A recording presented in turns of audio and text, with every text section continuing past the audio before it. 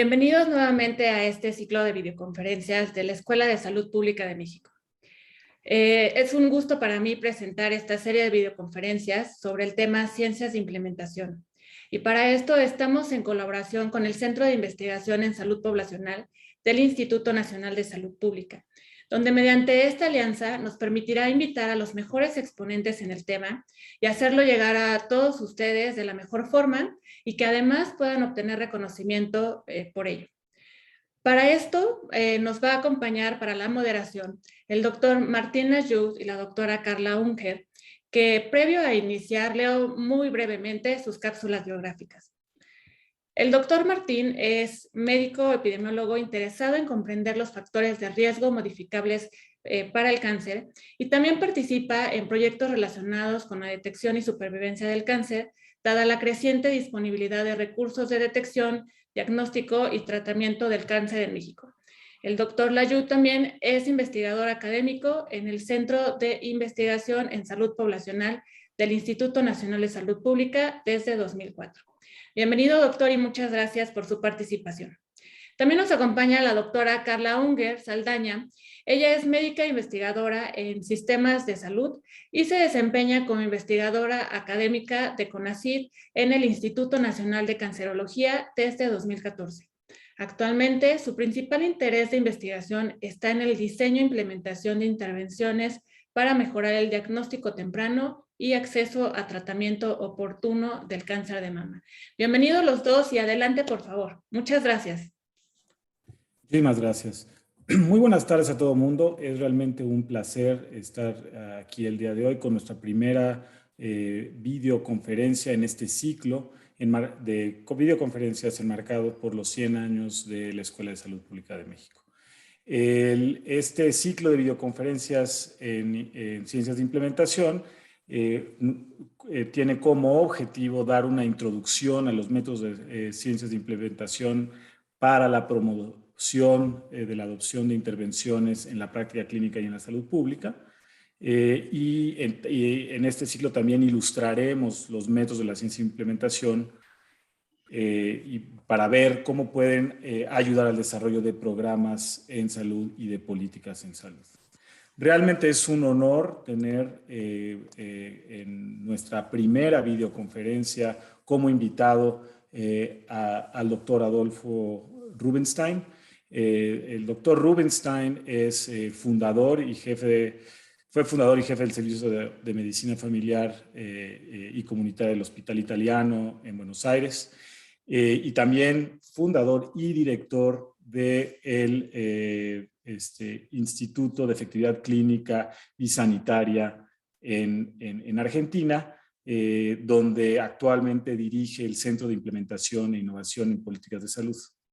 Una característica muy importante del doctor Rubinstein es que fue ministro de Salud en Argentina y entonces ha vivido este mundo tanto de la academia como de la política pública y de la práctica de la salud pública. Entonces, realmente es un honor tenerlo como nuestro primer conferencista en este ciclo. Dolphy, te cedo la palabra para que nos platiques de ciencias de implementación en el marco de los sistemas de salud. Muchas gracias, Martín. Bueno, y buenas tardes o buenos días a todos. Para mí es realmente un honor, en serio, y un placer estar aquí en esta conferencia junto a mis amigos de la Escuela Nacional de Salud Pública, del Instituto Nacional de Salud Pública en México, una institución que yo realmente he admirado siempre. He tenido un par de oportunidades para poder estar allí hace ya un tiempo, así que espero que la próxima conferencia la podamos hacer cara a cara, como corresponde, fuera de este entorno virtual. Pero la verdad es que para mí es un enorme placer. Y un poco la idea que yo tengo, yo voy a comenzar a compartir, si les parece, la pantalla.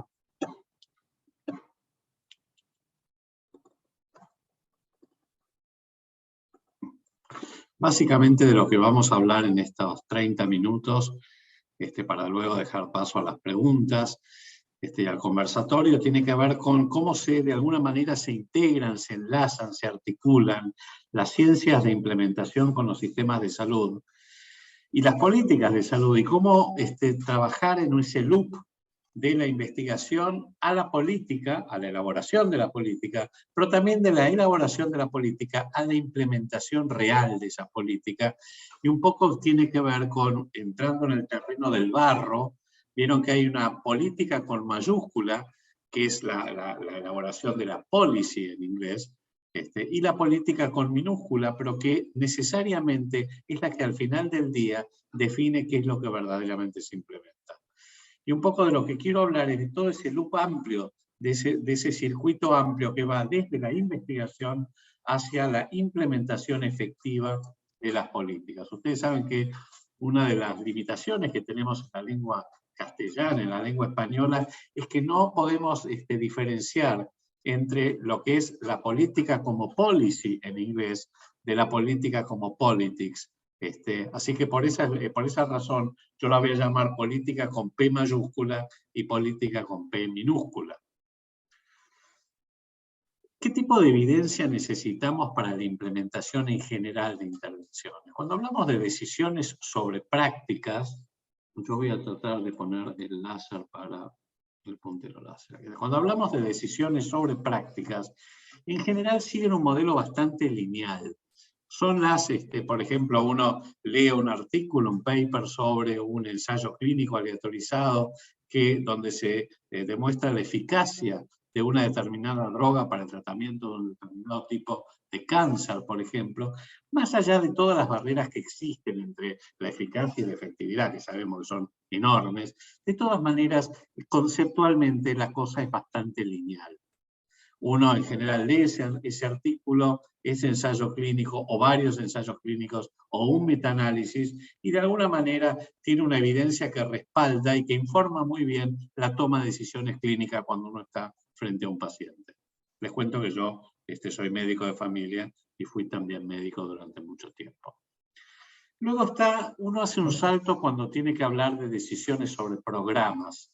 En general, como los programas son más un paquete de intervenciones, la relación ya entre la evidencia científica, por ejemplo, y la implementación es mucho más débil, porque ya existen otros factores que intervienen en la implementación o en la toma de decisiones, y no solamente factores que son informados por la evidencia científica. Aquí es donde comienzan a aparecer otros actores, actores que tienen determinado poder, determinada influencia, determinado posicionamiento, determinado liderazgo, y que de alguna manera definen que se implementen en nuestros programas. Y ni que hablar cuando vamos a las decisiones sobre las políticas. Porque las decisiones sobre las políticas, si bien obviamente tienen que estar influidas por la evidencia científica, y es bueno que estén influidas por la evidencia científica, esa influencia es mínima, porque en general están dentro de un arco comprendido entre factores que tienen que ver con las ideologías o las ideas de la época, el marco valórico, las relaciones de poder e intereses de diferentes actores, motivaciones financieras, teorías económicas, factibilidad política para su implementación, modas, etc. Es decir, cuando nosotros vamos avanzando en ese camino de la implementación, nos vamos encontrando cada vez con mayores escollos.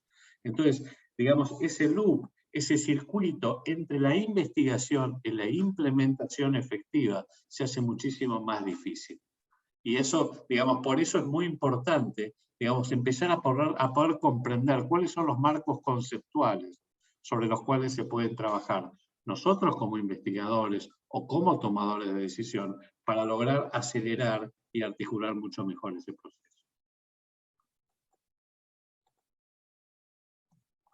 Fíjense ustedes, acá tienen un cuadro de lo que es la investigación clínica. Partimos de la intervención, cualquiera puede dar una determinada medicación. La medida del resultado, ¿sí? Por ejemplo, un endpoint que podría ser casos, o podría ser muertes, o podría ser complicaciones clínicas, para poder demostrar la efectividad. Y en el medio tenemos todo un protocolo de investigación que se aplica en un entorno sumamente experimental, como es el de un ensayo clínico aleatorizado, donde, bueno, es muy difícil poder replicarlo, digamos, en la vida real. Pero cuando nosotros pretendemos hacer investigación en implementación, En realidad, lo que queremos conocer es lo que está en el medio entre la intervención y el resultado, que son los que llamamos medidas de proceso. Nosotros queremos saber cómo funciona la intervención. ¿Por qué, por ejemplo, se redujeron los infartos o aumentó la sobrevida en un paciente con cáncer? ¿Cuál fue la razón? Porque bajaron algunos marcadores tumorales, porque se redujo la presión arterial. ¿Cuál fue la razón? Nosotros queremos conocer esas medidas intermedias y saber cuál fue su efecto y su impacto. Pero además, y esto es lo más importante, queremos saber cómo se implementó esa intervención. ¿Cuál es el contexto en el cual tuvo lugar? ¿Cuál es el alcance? Si se alcanzaron los grupos poblacionales que estaban, digamos, en los cuales estaban orientadas, dirigidas esa intervención.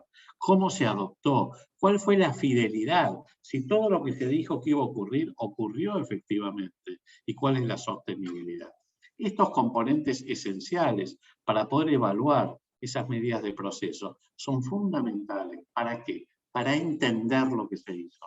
Porque si uno pretende replicar en la vida real, en la práctica de los servicios de salud reales, una intervención que es el producto de un ensayo clínico, y además la quiere diseminar y escalar, tiene que entender por qué pasó lo que pasó.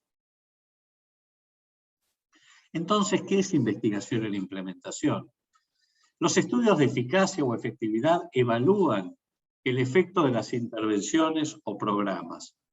Pero la investigación en implementación evalúa las estrategias para lograr que esas intervenciones, esos programas o esas políticas, que ya se sabe que son efectivas o que son eficaces porque han demostrado serlo en ensayos clínicos aleatorizados, en ensayos pragmáticos o en estudios cuasi experimentales, se adopten y se implementen efectivamente en contextos diferentes, contextos diversos. Y es de alguna manera esta brecha es ese gap. Acá vemos esta persona ahí tratando de cruzar este puente entre el saber, intervenciones que son efectivas, pero en ámbitos de investigación controlados, a el poder implementar realmente el hacer, el poder hacer que muchas de esas intervenciones que se sabe que son efectivas no se implementan en el mundo de la práctica real. Y esa brecha entre el saber y el hacer, lo que se llama el know-do gap, es lo que pretende cerrar la investigación en implementación. ¿Por qué? Las cosas que se sabe que funcionan no se implementan. Y en general, la investigación en implementación lo que estudia son intervenciones complejas. A diferencia de, ustedes vieron el primer slide donde se veía, digamos, la intervención y el resultado, y un protocolo en el medio que muchas veces es como una caja negra. Acá lo que se estudian son intervenciones complejas, porque si uno quiere traducir esa práctica en el mundo de los servicios de salud, de las organizaciones de salud, tiene que interactuar con personas, tiene que interactuar con diferentes agentes de salud, con profesionales, con diferentes niveles organizacionales, por autoridades políticas o las autoridades de los centros de salud o de los hospitales. Porque una intervención ya no es una sola intervención que yo doy un fármaco. Acá se tratan de muchas intervenciones, de muchos componentes. Por ahí parte es una guía de práctica clínica para las médicas o los médicos, pero también un programa de entrenamiento para los agentes sanitarios, pero también, digamos, un modelo para mejorar la adherencia de los pacientes. En fin, diferentes componentes, todos interactuando para producir un resultado.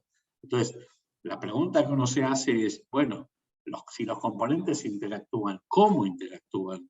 Y sobre todo, ¿cómo separar el efecto de cada componente individual? Porque la realidad es que muchas veces no se puede, la mayoría de las veces, en realidad, no se puede desentrañar cuál fue el peso específico de cada uno de los componentes para explicar el resultado de esa intervención compleja. ¿Por qué?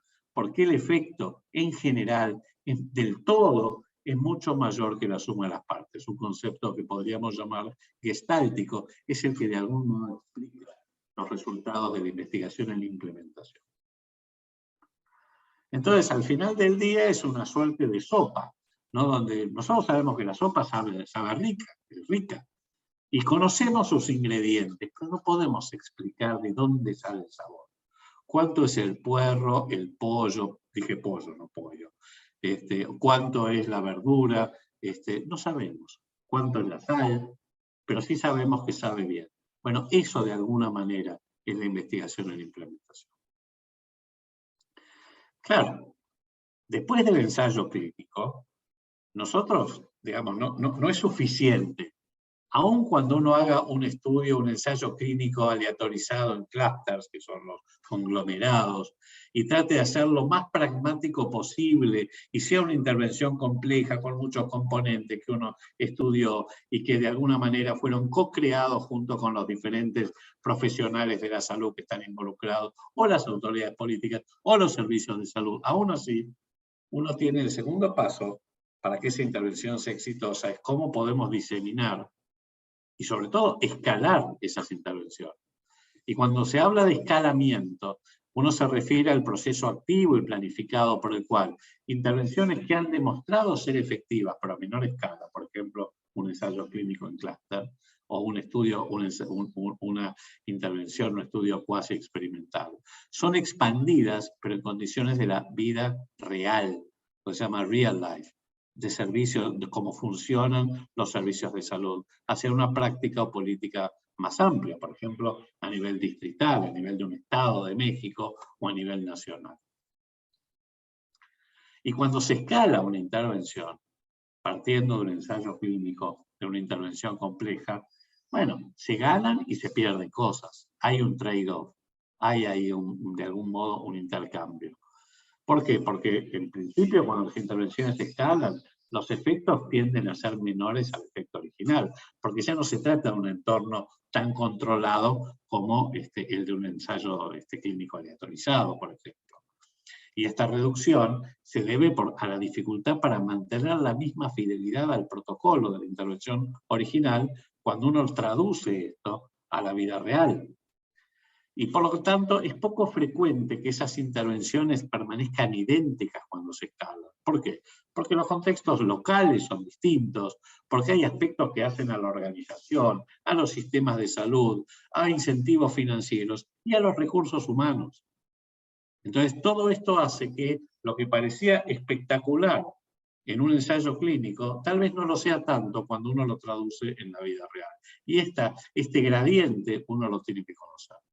Ahora, por otro lado, si bien estas adaptaciones, cuando uno escala una intervención, pueden reducir la efectividad, y en la mayoría de los casos lo hacen, al mismo tiempo mejoran la aceptabilidad, porque de alguna manera generan la apropiación, el ownership, como se dice en inglés, de la intervención por parte de los actores locales, los profesionales, la población, la comunidad, los pacientes o las autoridades políticas.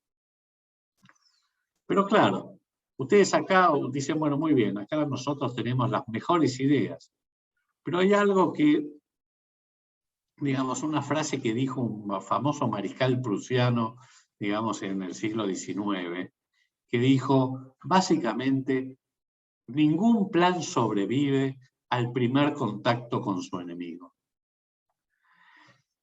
Y yo recuerdo hace, no sé, unos años, estaba leyendo El Marciano, ¿vieron una novela que después salió una película con Matt Damon, sobre, digamos, una persona que queda, digamos, un astronauta que queda varado en nada menos que en Marte. Y ahí leí, me acuerdo, yo leí el libro primero, una frase que me pareció genial, que decía, ningún plan sobrevive al primer contacto con su implementación. Y de hecho es la frase que tengo en mi WhatsApp. ¿Y por qué digo esto? Porque es así. Por más que uno, digamos, haya ensayado la intervención y tenga evidencia acumulada de diferentes ensayos clínicos, pragmáticos, etc., cuando uno se enfrenta a la realidad de los sistemas y servicios de salud, la cosa necesariamente cambia. De nuevo, ningún plan sobrevive al primer contacto con su implementación. ¿Y por qué? Porque los investigadores y los decisores, ni que hablar los políticos, viven en mundos diferentes. Y ustedes se acuerdan hace unos años que salió esto, no sé si están familiarizados. ¿Cuál es el color de este vestido? Yo acá les puedo decir que la mitad entre los cuales me encuentro va a decir que los colores que ven acá es azul y negro. Y yo les puedo asegurar que hay una mitad que dice que es blanco y dorado. No sé cómo están los que están en la audiencia, pero es muy probable que sea así. O sea, que lo que uno dice, no, pero para mí eso es azul y negro, yo no tengo ninguna duda que es azul y negro, pero para el otro es blanco y dorado. ¿Por qué? Porque entendemos las cosas de manera distinta, vivimos en universos paralelos, los investigadores y los tomadores de decisión. Entonces, el desafío es cómo acercar esos mundos, cómo integrarlos, cómo articularlos, cómo hacer que el loop no termine solamente en el ensayo clínico aleatorizado que demuestra que en teoría, en la vida real, las cosas funcionan de esta manera, sino que termina verdaderamente en la implementación de la política en el mundo real. En el mundo real es en el mundo donde están los que toman las decisiones. ¿Y por qué digo esto? Porque los investigadores y los decisores son diferentes. Por ejemplo, los investigadores no formulan las preguntas que los decisores necesitan y no responden exactamente las preguntas que los decisores formulan. Tardan mucho en realizar el trabajo para los decisores y no reportan los resultados de manera que sea fácilmente entendida por los políticos. Y sobre todo a veces no saben traducir esos hallazgos en políticas y prácticas. Pero por el otro lado, los decisores tienen recursos muy limitados, recursos cognitivos limitados y muy poco tiempo, porque además tienen una agenda muy competitiva. No entienden muchas veces que la respuesta a sus preguntas requieren en general de investigación. Demandan resultados inmediatos, porque además los políticos piensan en términos electorales. Entonces, las cosas tienen que resolverse en el tiempo que más o menos entienden que van a estar. Y no toleran la incertidumbre. Estas son digamos, por eso es que, digamos, de qué manera uno puede comenzar a trabajar en esto de articular y de generar canales de entendimiento entre ambos pensamientos. Y en este circuito, en este loop de la investigación a la política, ustedes por un lado tienen la investigación clínica, que obviamente es el insumo que mueve la rueda de la investigación en implementación. Pero si esto no se traduce luego en el escalamiento y en la implementación efectiva, no llega a donde tiene que llegar. Se queda a mitad de camino, que es lo que sucede. Así como la mayoría de los estudios clínicos se queda en la mitad de camino entre probarlos en los servicios de salud y se quedan en su entorno riguroso, experimental, del ensayo clínico aleatorizado clásico. Los estudios de investigación en implementación también se quedan habitualmente a mitad de camino, entre el poder decir, bueno, a ver, yo vi que esto funciona también en el ámbito de los servicios de salud, no solamente en el ámbito súper experimental de los ensayos clínicos, pero muchas veces se queda a mitad de camino y no se termina de saber si verdaderamente esa policy, esa política, esa estrategia, se va a traducir realmente en su implementación efectiva. No se sabe. ¿Y esto es por qué? Porque sigue habiendo puentes rotos y canales dificultosos de comunicación entre los investigadores, más allá de que sean investigadores en implementación, y los políticos o los tomadores de decisión. Y aquí es donde entran a jugar otro tipo de cosas. Es decir, este es otro marco, por ejemplo, conceptual, donde uno dice, bueno, ¿cómo entran los temas en la agenda? ¿Cómo entran? ¿Cómo se establece la agenda gubernamental, por ejemplo? Entonces uno tiene como tres corrientes. El problema, las políticas, que en inglés son las policies, y lo que podemos llamar en español la política de las políticas, ¿sí? O las políticas de la política, esta P minúscula. En primer lugar, el problema no necesariamente es lo que nosotros desde lo analítico y racional entendemos problema. Para nosotros el problema puede ser, por ejemplo, la epidemia de obesidad en Latinoamérica. Y para nosotros eso claramente es un serio problema por su carga de enfermedad, por sus consecuencias sanitarias, económicas y sociales. Pero no necesariamente ese es el problema entendido por el público en general. No necesariamente. O nosotros podemos decir, bueno, la primera causa de muerte es la enfermedad cardiovascular, por lo tanto nosotros tenemos que focalizar nuestros programas sanitarios en la prevención y control de la enfermedad cardiovascular o del cáncer. No necesariamente eso es lo que piensa la gente. Y los políticos responden a lo que piensa la gente, obviamente. Entonces hay que ver de qué manera uno puede alinear el problema, ¿sí? De qué manera uno puede comunicar, digamos, lo que uno piensa del problema de una manera que sea entendida por el público en general y por los políticos. Luego están las políticas, las policies. Estas políticas son los instrumentos. Son los instrumentos, digamos, las leyes, los decretos, las resoluciones, digamos, los instrumentos por los cuales se ejecutan, digamos, las estrategias, por ejemplo, sanitarias. Y luego están lo que se llama la política, con minúscula, es decir, ok, yo tengo la evidencia clínica detrás, yo tengo la policy. Ahora, ¿qué garantía tengo de que esta sea implementada? Conozco quiénes son los actores, cómo interactúan entre ellos, el posicionamiento, la percepción social, la influencia, el poder de esos jugadores. Lo tengo que conocer. Y aun cuando yo sea un investigador, tengo que, entre comillas, contaminarme un poco con eso. Porque es la única manera de poder acercarme a ese mundo para que lo que yo he demostrado que es efectivo verdaderamente se implemente. Entonces, de la interacción de estas tres corrientes, del problema, de las políticas, de la política, es donde se puede generar o no esa apertura de una ventana de oportunidad para la implementación. Pero pensemos que hay muchos contendientes, porque es una agenda hipercompetitiva, no entran todos los temas. ¿Cómo uno mueve los temas en la agenda para que de golpe al ministro de Salud, al secretario, al presidente o a quien fuere, digamos, ese tema se lo apropie y lo meta en la agenda para luego, ya sí, formular y adoptar la política y al final del día, si la cosa funciona muy bien, implementarla? Porque obviamente los puntos de veto, aún cuando sea el presidente el que se apropia de un tema, son enormes. Enormes. Y yo tengo 1000 anécdotas para contarles, por supuesto que no me da el tiempo. Porque en la formulación de esa política, con P mayúscula, la política es un producto de los procesos políticos. ¿Quién es afectado y a quién se afecta? ¿Cuál es el costo? ¿Cómo el instrumento da cuenta de la percepción del problema? Cuando digo el instrumento es la policy. ¿Y en qué medida esa herramienta es apoyada por la evidencia? Y la evidencia científica, como bien dijimos, sobre todo para la implementación efectiva, es solo una de las evidencias.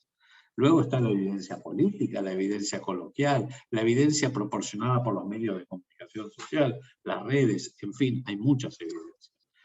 ¿Cómo hacer para que la evidencia científica, la rigurosa, sea la que de alguna manera informa al final del día esa toma de decisiones? ¿Y qué es política? Política es quién consigue qué, cuándo y cómo. Por eso tiene foco en los actores, en los tiempos, en los insumos, en los procesos, cómo se distribuyen y se redistribuyen los recursos, porque la factibilidad política no está dada, no es que es así, se tiene que crear. Uno puede pensar que cómo si nosotros tenemos en la Argentina millones de pacientes que tienen enfermedad de Chagas, ¿cómo puede ser que no se distribuyan los recursos de esa manera? Bueno, porque hay que crear esa factibilidad política para que eso ocurra. ¿Qué es poder? Y poder es cuando A tiene poder sobre B en la medida que puede hacer que B haga algo que nunca lo haría en otras circunstancias. Nosotros en Argentina lo llamamos tragarse un sapo. No sé cómo lo llaman en México, pero deben tener seguramente alguna definición. Y hay muchas fuentes de poder. Pero lo político, en última instancia, afecta a todas las etapas.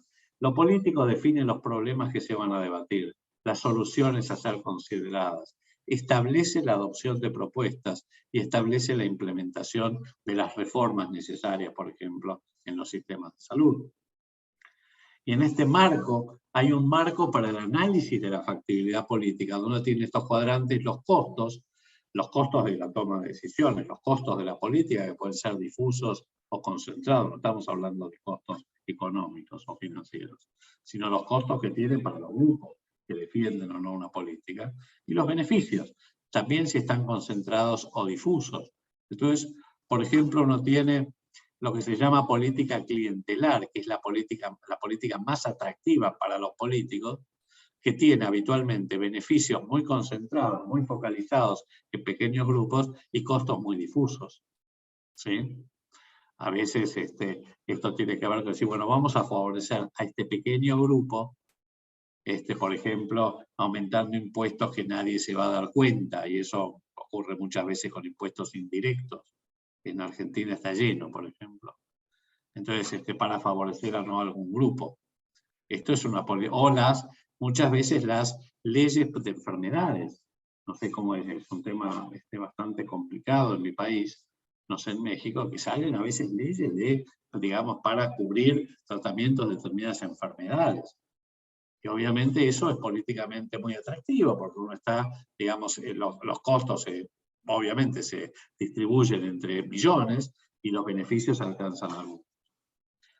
O hay políticas para las mayorías, cuando, por ejemplo, los beneficios son difusos, pero los costos son difusos. ¿Sí? Implementación algunas digamos, de aseguramiento en algún punto. O políticas para grupos de interés, cuando tanto los costos como los beneficios están muy concentrados.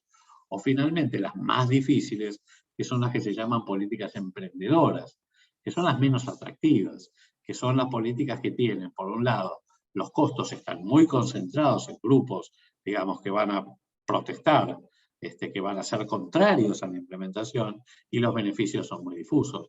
Se me ocurre ahora el impuesto a las bebidas azucaradas en México, por ejemplo, que es una política muy emprendedora en la medida que tiene costos concentrados en los grupos que más se perjudican y que más, digamos, van a oponerse, y los beneficios están difusos en la población para mejorar básicamente la alimentación y prevenir o reducir la epidemia de obesidad, sobre todo obesidad infantil.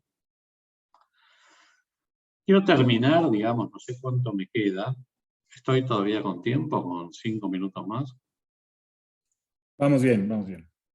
Perfecto. Que es un poco un camino, digamos, personal de la investigación a la política. Como decía Martín, yo tuve no sé si la suerte o la casualidad de estar de los dos lados del mostrador, como decimos nosotros. Esto es, por un lado, digamos, hice toda mi vida, o una buena parte de mi vida, investigación clínica, hice investigación en implementación, y finalmente terminé por ese alineación de los astros como ministro de Salud de mi país. Y en ese camino personal, por ejemplo, yo acá les cuento, y quiero poner un ejemplo de un estudio que hicimos en mi institución, de intervención integral para mejorar el control de la presión arterial. Este fue un ensayo clínico aleatorizado en clústeres, donde aleatorizamos a 20 centros de atención primaria en varios distritos, en varias provincias del país, para una estrategia de prevención, de control de la presión arterial, básicamente motorizada por equipos de promotores de salud, de agentes sanitarios. Y como ustedes pueden ver, es una intervención compleja, porque actuamos sobre los agentes sanitarios a través del entrenamiento específico, de visitas domiciliarias, guías de práctica clínica para las médicas y los médicos, y todo un programa de auditoría y feedback sobre esos profesionales. Enviamos a los pacientes, por ejemplo, por un lado, digamos, recordatorios para adherencia a la medicación o para modificación de sus estilos de vida, pero a su vez los agentes sanitarios iban al hogar periódicamente digamos, en la comunidad donde vivían los pacientes hipertensos, y además se les daba, por ejemplo, un dispositivo automático de medición de la presión arterial a cada paciente para que se automonitoreara la presión arterial, y además esto enseñado por los agentes sanitarios, mensajes de texto, en fin.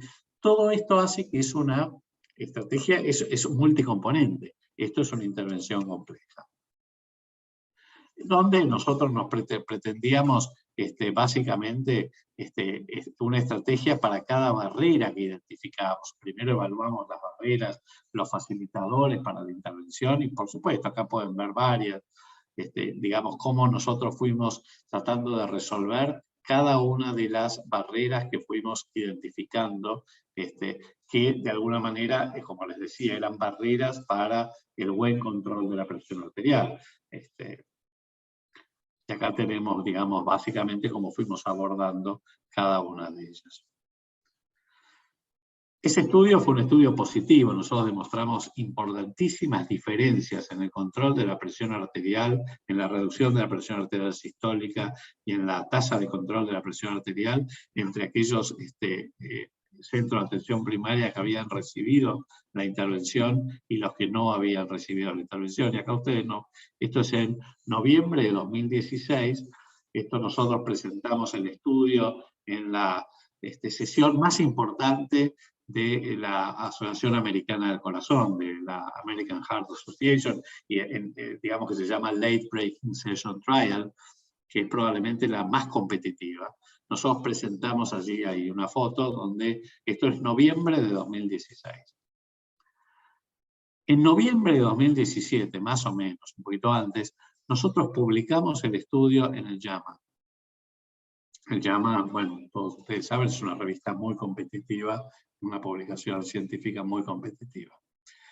Este estudio, en la cual nosotros lo hicimos con la Universidad de Tulane, Jian He, y el IEX, Bill Mirasola y yo como último autor, básicamente, cuando se publicó, en este momento yo era ministro de Salud. Cuando presentamos el estudio en New Orleans, yo ni tenía la menor idea de que alguna vez podía ser funcionario de salud. Un año después era ministro de Salud. Entonces, de alguna manera, acá es donde se ve de manera muy tangible dónde uno está, de qué lado del mostrador está. Porque ahora era, bueno, ¿y yo qué hago con todo esto? O sea, el tema era, ¿cuál es mi responsabilidad? Digamos, ¿qué debo hacer? Bueno, la verdad que hice bastante, muchas cosas quedaron a medio hacer, otras se hicieron. Básicamente, nosotros desarrollamos un gran programa nacional con financiamiento en ese momento del Banco Mundial y parte del BID, de como $500 millones para prevención y control de enfermedades crónicas. Y hicimos también, desarrollamos convocatorias para investigación en implementación en enfermedades crónicas, en enfermedad cardiovascular, pero también en cáncer en la Argentina, que eran de alguna manera cosas que cuando yo estaba de este lado del mostrador, ahora como funcionario, podía darme cuenta del enorme poder que uno tiene. Y desde ya que, si bien acá ese loop se había hecho casi de manera individual, porque yo había sido antes investigador y ahora era ministro, de todas maneras es algo que donde los que hacen investigación o los que hacemos investigación debemos aprender muy bien. En definitiva, como último consejo, yo siempre recurro a esta diapo de Confucio, o sea, 500 años antes de esta era, de la era actual. Dime algo y lo olvidaré. Enséñame algo y tal vez lo recuerde. Involúcrame y comprenderé. Solo de esta manera podremos llevar la investigación a la práctica y a las políticas. Y una verdad. Las leyes, incluidas las políticas, son como las salchichas. Mejor no ver cómo se hacen. Y esto lo dijo John Sachs en 1869. Muchísimas gracias. Muchísimas gracias, Adolfo. Bueno, pues en este momento vamos a iniciar una conversación moderada. Carla, si quieres, te doy la palabra para que empecemos esta conversación con Adolfo. Muchas gracias, Martín. Muchas gracias, doctor Rubenstein, por compartirnos toda su experiencia. Yo quería pues preguntarle, me encantó esta frase que dijo de ningún plan sobrevive al primer contacto con su implementación. Y me preguntaba yo, de por sí es tan complejo implementar de forma exitosa intervenciones sencillas que nunca terminan siendo tan sencillas. Si le agregamos la complejidad de hacer política, ¿no? De todo lo que ya estuvo comentándonos, la complejidad, por ejemplo, de que un tema, para empezar, entre en la agenda, después que se formule la política completa, de ahí pues que se transformen programas, que se implementen, que haya presupuesto suficiente, que no cambien de partido político de pronto y mejor decidan que ya no. ¿No? Y todas estas cosas que pueden ir pasando en el camino que le añaden todavía mayor complejidad, además a una intervención de por sí compleja, porque requiere ser a múltiples niveles e involucrar a diversos actores, tal como nos mostró de su propio ejemplo, ¿no? De ciencias de la implementación. Entonces, ¿qué métodos de ciencias de la implementación, qué herramientas de ciencias de la implementación nos podría recomendar en su experiencia? O sea, ¿cómo desagregamos en pasitos? En vez de ver esa salchicha que nadie vamos a preguntar cómo se hizo, más bien, ¿cómo sí podemos hacer o qué cositas podemos hacer para tratar de ayudar a que esa política baje, a que esos programas sean más efectivos, ¿no? Y a lo mejor tocando en especial un punto, el de la participación de actores. ¿Cómo involucrar a los actores en los diferentes puntos? Desde cuál política hasta cómo la diseñamos, hasta cómo la implementamos, para tratar de ayudar a que sean más efectivas, a que se implementen como las queremos. Bueno, lo primero es no presentar el estudio como algo, como un enlatado, que es lo que ocurre muchas veces. Entonces uno desarrolla, aún cuando pretende hacer ciencias de la implementación y desarrollar un ensayo clínico que no es un ensayo clínico tradicional, sino que es una intervención compleja, multicomponente, etc. Muchas veces después se da vuelta y se lo presenta al tomador de decisiones, como si fuera como un producto que ya ha terminado, donde no hubo apropiación ni por la comunidad, ni por los actores, por ejemplo, los profesionales, ni por las autoridades políticas. Entonces, para mí el secreto de tratar de ver cómo podemos acercar esos dos mundos que están muy lejos es, bueno, ahora cada vez se hace más, es lo que se llama co-creación, ¿verdad? Es decir, es la elaboración del protocolo desde el inicio, involucrando a los actores y haciendo que se apropien de eso. No digo que esto sea fácil, porque es fácil decirlo, pero además los que toman la decisión no tienen tiempo, como decía, recursos muy escasos y poquísimo tiempo, pero al menos hacer el intento de irlos, si no nos podemos involucrar en la elaboración del estudio de investigación del protocolo, al menos, digamos, involucrémoslo en el análisis de los resultados, involucrémoslos en el análisis de la estrategia, en el escalamiento. Es decir, lo importante acá es tenerlo de este lado. Porque en general la mayor dificultad tiene que ver con que uno, digamos, de que uno recién se comunica con ellos cuando el producto ya está terminado.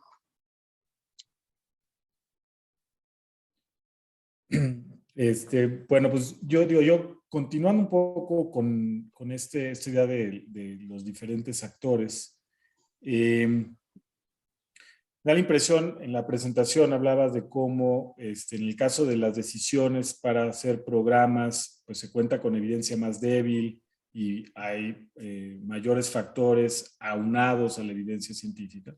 Y cuando se trata de decisiones a la política, eso se ve incrementado sustancialmente, es decir, hay muchísimo más factores que pueden influir. Una de las cosas que creo que, por ejemplo, ha sucedido ahora con las políticas públicas para COVID es que parece ser muy importante que exista un diálogo con los actores y específicamente con distintos actores sociales, con la sociedad en general, entre los decisores y estos actores, porque justamente para poder establecer o para que las políticas sean efectivas, pues tiene uno que hacer esa participación. O sea, tiene que haber esa interlocución. ¿Cómo lograr que, digamos, en una circunstancia en la que muchas veces no se cuenta con suficiente evidencia para llegar a hacer estas políticas, cómo llegar a esa conversación que permita justamente lograr, digamos, que se llegue a la política, dado que pues, existe una tensión natural porque muchas veces se considera que no se están tomando decisiones con base en evidencia.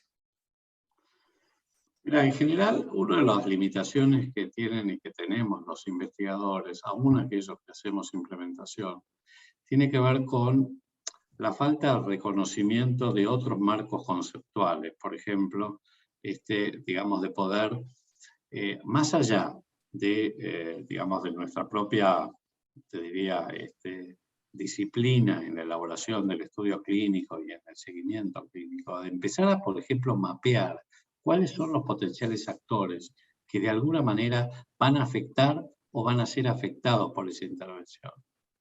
Entonces ahí es donde nosotros podemos ya ir conociendo de nuevo cuál es el posicionamiento de cada autor. Supongamos, no sé, digo, por decir algo, estamos hablando del impuesto a las bebidas azucaradas en México, de toda la evidencia cuasi experimental, ¿no? Bueno, no entiendo que no hay ensayos clínicos, pero sí hay muchísima evidencia de estudios cuasi experimentales, time series analysis, antes, después, etc. Como ejemplo en general. Supongamos que nosotros tenemos la evidencia empírica, la evidencia científica, con todas las limitaciones. El tema es, bueno, aún como investigadores, es bueno que hagamos un mapeo de actores. Las ciencias de la implementación no existen como un proceso, como se llama, standalone, o sea, así solitario y aislado. Tenemos que saber quiénes son los actores que van a... Bueno, a ver, ¿qué piensa la industria alimentaria? ¿Qué piensan las ONG? El gobierno, la comunidad, en fin, todos los que nosotros reconocemos como actores, cuál es su posicionamiento, cuál es su influencia, cuál es el poder que tienen, cuál es la percepción social que la sociedad en general tiene sobre cada uno de esos actores. ¿Vieron ese framework, ese marco que les presenté de cómo se reparten y se distribuyen los costos y los beneficios? Bueno, ese ejercicio es bueno que lo hagan los investigadores que están involucrados en ciencias de la implementación, para poder anticipar cuáles van a ser los obstáculos, los cuellos de botella en la implementación. Y poder además dialogar mejor, entendiendo las diferentes perspectivas, ¿no? Entendiendo cuál es también el mundo de los que toman decisiones y de los otros actores. Carla. Yo quería preguntarte también, Adolfo, tu perspectiva. Como que las ciencias de la implementación suelen percibirse como muy complejas, ¿no? Como que cuando uno se empieza a meter un poquito, se le empieza a hacer complicadísimo el método. Y ahora, llevándolo a políticas públicas, pareciera que... Ojo, Carla, que vienen por vos, ¿eh? Sí, ¿verdad? Perdón, pero una ambulancia aquí cerca. Qué mal momento, caray. ¿Molesta mucho? ¿Apago mi micrófono? No. Okay. Una broma. Entonces, bueno, poniéndole esta como complejidad añadida, ¿qué consejos prácticos podríamos tomar que nos sirvan de los métodos? O sea, en vez de complicarnos la existencia y decir, es tan complicado que mejor no lo uso y vuelvo a hacer, ¿no?, política a la antigua. Al contrario, usar los métodos a nuestro favor. ¿Qué cosas podemos como traer a los tomadores de decisiones que les sean fáciles y que de alguna manera también ayuden a esta comunicación entre la evidencia, desde los hilos de la investigación, a los tomadores de decisiones, que conviertan qué sí es útil, pero qué es práctico, ¿no? Y cómo lo implementamos de forma que aprovechemos de mejor manera los pocos pesos que tenemos, ¿no?, para pagarlos? Bueno, si vos te quedás con lo que decías, los viejos estudios clínicos, está casi garantizado que las probabilidades de que verdaderamente sean implementadas son bajas. ¿Qué es lo que ocurre? La realidad es esa. Digamos, finalmente, en ese gradiente que existe desde la investigación clínica aleatorizada, sobre todo cuando uno está evaluando, no investigaciones clínicas farmacológicas, que son el clásico ejemplo de intervenciones lineales o de estudios lineales, sino intervenciones complejas. Si vos no involucrás a los actores en algún momento, como dijimos antes, sea en la elaboración de los protocolos o al menos tenés un mapeo para saber cuál es su posicionamiento, su influencia y su poder, dónde están parados cada uno, es muy probable que no llegues a poder ni siquiera avanzar en la implementación. Entonces, para mí, es entender el mundo de ellos, desde así como los toman la decisión, tienen que entender de algún modo el mundo de los investigadores, que a veces toma tiempo, es lo que decía en esa diapo que presenté, y a veces toma tiempo, no es una cosa, no es soplar y hacer botellas, hacer una investigación clínica.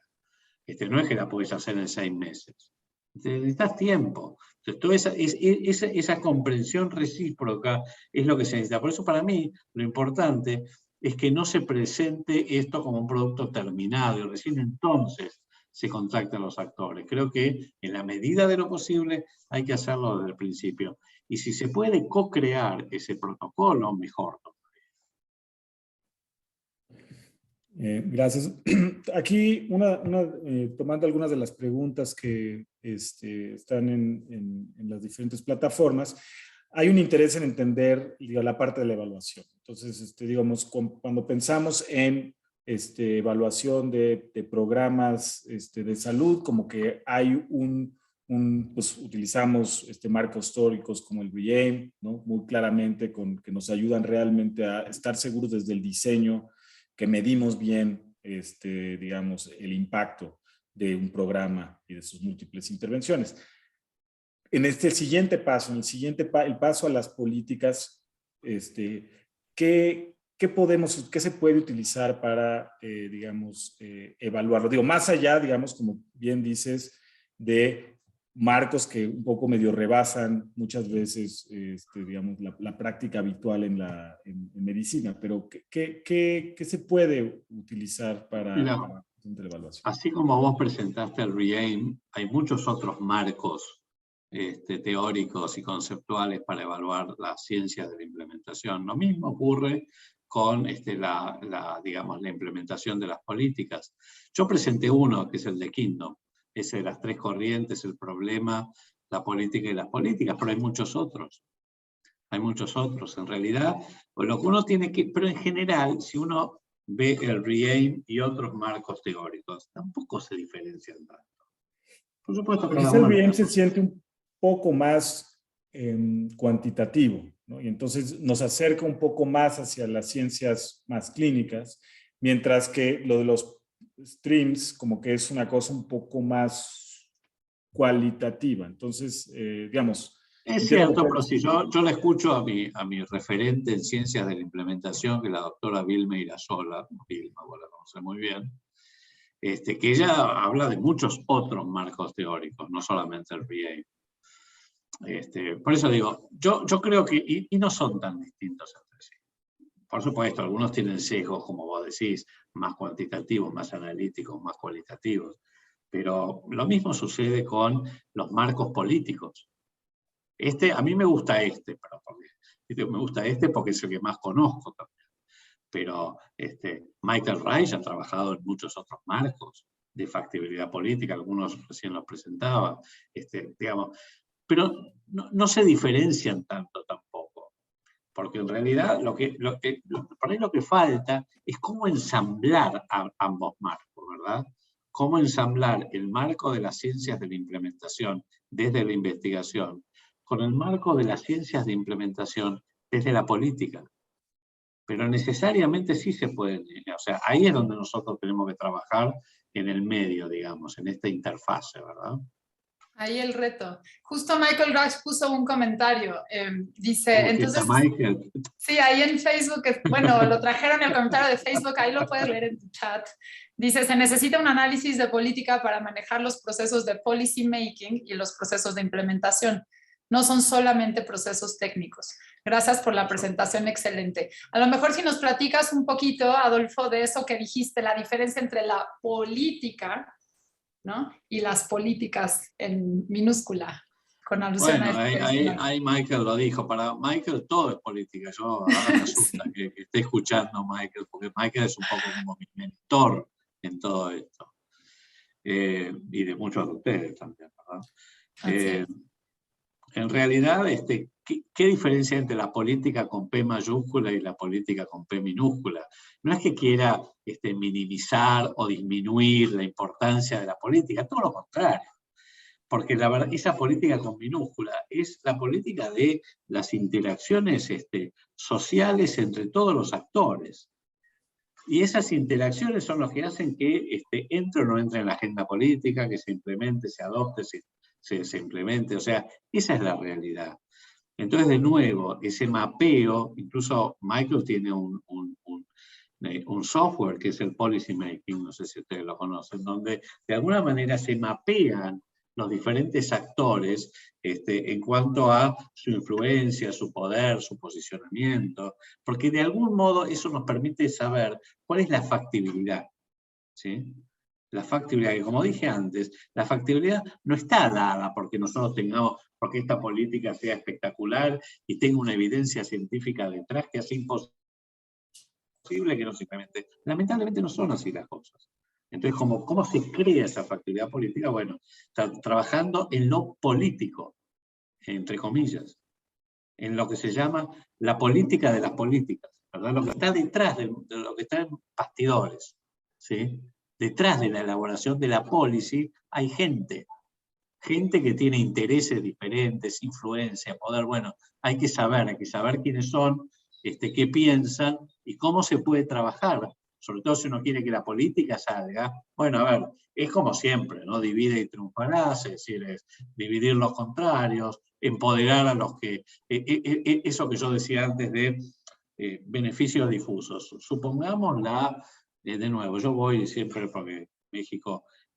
siempre, digamos, estudié mucho el tema del impuesto a bebidas azucaradas. Entonces, por ejemplo, uno dice, a ver, ¿quiénes se van a beneficiar? La población general, los niños, los adolescentes. Ok, bueno, pero eso están muy diluidos. Eso frente a lo que es la industria alimentaria o grupos de interés muy claros. Digo, en la Argentina, la industria alimentaria, provincias azucareras, ¿cómo hace uno? Se vieron que salió ahora la ley de etiquetado frontal en Argentina. Entonces, ¿cómo se hace? Bueno, ¿cómo se empoderan esos grupos? ¿Cómo se hace que las ONG, digamos, se constituyan? Bueno, estas son las estrategias políticas para que esa política que está sustentada fuertemente por la evidencia científica o por la evidencia empírica se pueda implementar. Bueno, pues muchísimas gracias, Adolfo, muchísimas gracias, Carla, muchísimas gracias a todo el equipo de producción de la Escuela de Salud Pública de México. Ahora le paso la palabra a la Escuela de Salud Pública de México.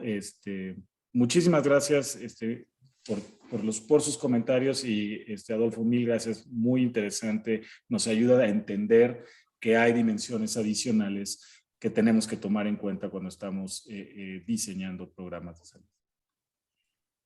Doctor Rubinstein, muchísimas gracias. En nombre de la Escuela de Salud Pública de México, quisiéramos darle un reconocimiento por su participación. Si me apoyan en cabina, se le haremos llegar a su correo electrónico por esta participación que tenemos con usted y esperamos poder seguir platicando en otras ocasiones con usted de esta implementación. Muchísimas gracias.